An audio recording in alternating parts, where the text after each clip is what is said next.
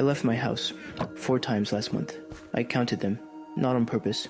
I was just lying here one night, going backwards through the weeks in my head, and I got to 4, and then I counted again, because I assumed I'd missed some. I hadn't. 2 of those were food. Just food. 1 was carrying the trash down to the bin, which I don't think that counts. And the 4th one, I genuinely can't remember, which is somehow the worst one of the 4. I'm 23, and I keep thinking, this is it. This is the part everyone tells you goes fast. The part people talk about later like it was some whole era of their life. And mine is happening in a room that's about, 4 steps across.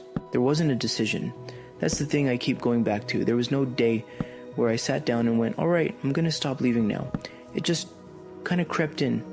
Everything I needed turned into something that could arrive.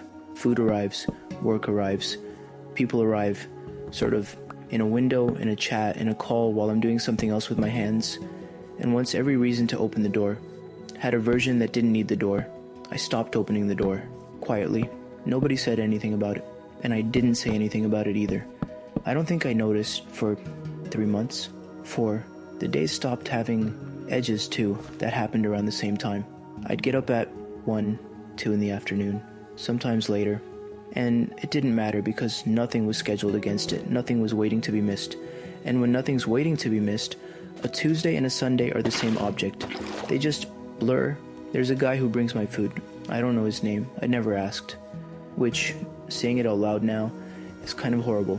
He knows mine, because it's printed on the bag. And a few weeks ago he handed it over and went, back again. And he laughed, and I laughed, and that was it. 11 seconds, maybe less. And I shut the door, and I stood there in the hallway holding this warm bag. And I did the math in my head. And that was the longest thing I'd said out loud. In about 9 days. 9 days. And it was with a man who was paid to stand at my door for 40 seconds. And that's not a sad story about him, by the way. He's fine. He's out there in his own life. He's got people. He's moving around. It's a sad story about me. I was sitting on the edge of my bed with my shoes on. That's the image that stays. Shoes on, jacket on, phone in my hand, typing out that I wasn't feeling great and that I'd catch them next time. And then I took the jacket off, and then maybe 10 minutes later, the shoes. That was March. Or April, I don't know. Somebody's birthday, someone had booked a table somewhere, and I'd said yes. I'd said yes like 4 days earlier. And I meant it when I said it. I'd showered and everything. I made it all the way to the edge of the bed. And here's the part I still can't explain. I wasn't scared. I've gone back over that night a lot, looking for the fear, because fear would at least make sense of it, and it just isn't there. It was more like the charge ran out, like somewhere between the shower and the shoes. The whole thing had quietly turned into a very long errand. And then it goes in a circle, right? You don't go out, and so nothing happens to you, so you've got nothing to say when someone asks what you've been up to. So you say, not much, same as always, you know how it is.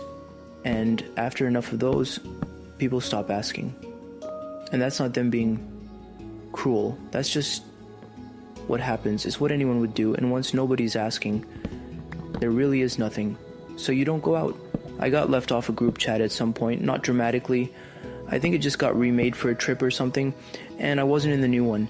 And I found out about 2 weeks later, and I was fine with it. I wasn't fine with it. I lay there with my phone face down on my chest for a while.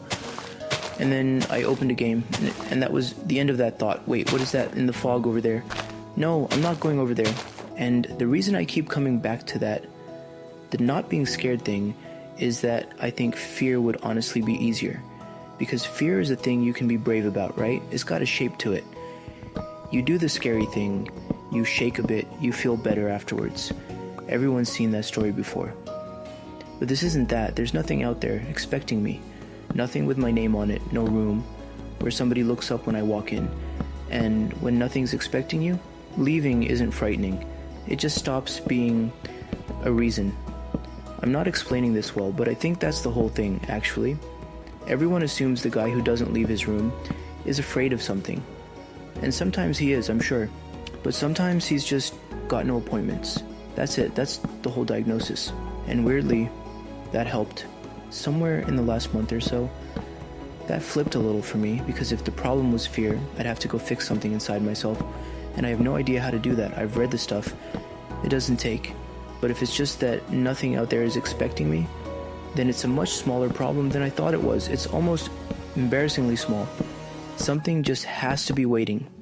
That's all. One thing, something has to notice. So I started going out at the same time every day. No destination. That was kind of the trick, because a destination is a plan, and a plan is a thing you can talk yourself out of at 7 in the evening. So it was just whatever. Shoes on, out, 20 minutes, and the first week was bad. I walked to the end of my street and came back twice, and felt stupid both times. Genuinely stupid, like a kid doing laps outside his own house, and I didn't feel better afterwards. I want to be honest about that, because everybody lies about that part. I felt exactly the same. It took, 2 weeks before the days started having any shape to them at all. And there's another thing. It's a small thing, but it moved more than the walking did. I'd been trying to track stuff on my phone, which is funny because the phone was the whole problem. The phone is the reason the room was enough. And I found this app Slayer, and I'm mentioning it because it did something I wasn't expecting. The thing you want becomes a boss. It's got a health bar, and every habit you actually do that day deals damage to it, and it locks the apps you escape into. So when you go to open one without thinking, the lock screen just shows you what you haven't done today. But the part that got me is that if you skip days, the boss heals. It regenerates. And the first time I watched that bar climb back up, I felt it in my chest.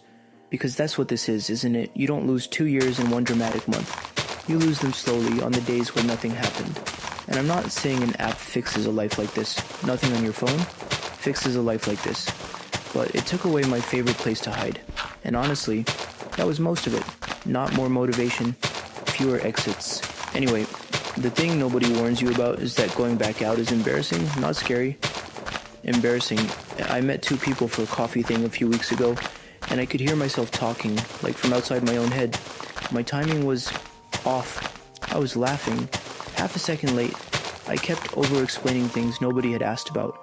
Because when you don't talk to anyone for long enough, you lose the small stuff. The rhythm, or whatever you call it, and there's no way around that. Except being bad at it in front of people for a while. Which, yeah, that's just the price. And going back to the delivery guy for a second, I asked him his name, which took an amount of courage that is genuinely humiliating for something that small. It's Marco. And I forgot it about 4 seconds later and had to ask again the next time, and I still like it in here. That's the part that makes this hard to talk about, right? It's not a prison. It's peaceful. It is actually, honestly peaceful in here. And it should be. It just shouldn't be everything. There's a kind of quiet you get from never going anywhere that feels a lot like calm. And I don't think it is. I think it's just nothing happening. And nothing happening doesn't hurt. So you take it. You take it for months. And then you count backwards through the weeks one night. And you get to 4. I don't have a big answer here. I don't think there is one. But if you counted your last month and the number came out small, I'm not going to tell you to go outside tomorrow. That won't work. And you already know it won't. I just say, put one thing out there that expects you. 1. It can be stupid. A gym you're bad at, a class, a person you told you'd be somewhere on Thursday. Something that notices if you're not there. It's okay that it's taken this long. It's okay that a couple of years of your 20s went into a room this size. Everyone loses time somewhere. Mine was here. I'm going to go do my walk. In a bit. It's not far. It doesn't have to be.